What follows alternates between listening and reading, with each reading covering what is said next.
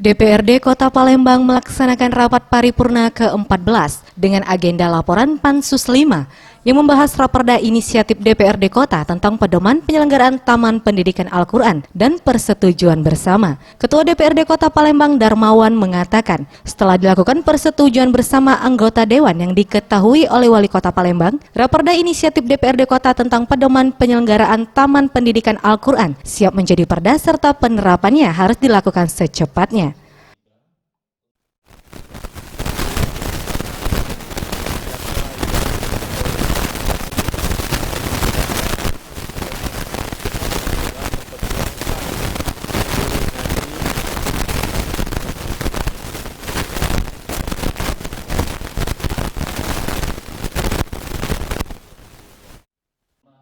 Menanggapi hal tersebut, Asisten 3 Setda Pemkot Palembang Agus Kelana menyampaikan siap berkoordinasi bersama pihak terkait untuk penerapannya dengan mengesahkan perwali agar perda ini dapat dijalankan.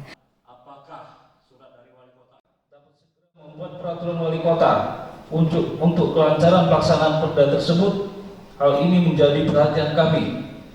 Sepanjang hal tersebut diamanatkan dalam peraturan daerah.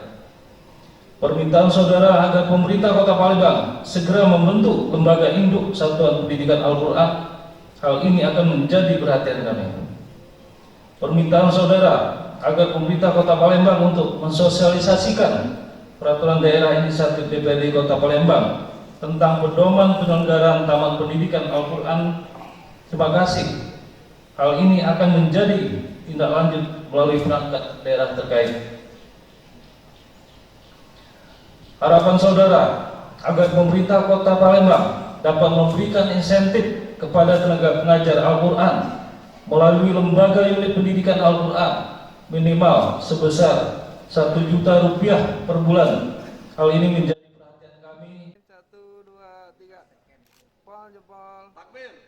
Tim Liputan Sriwijaya TV.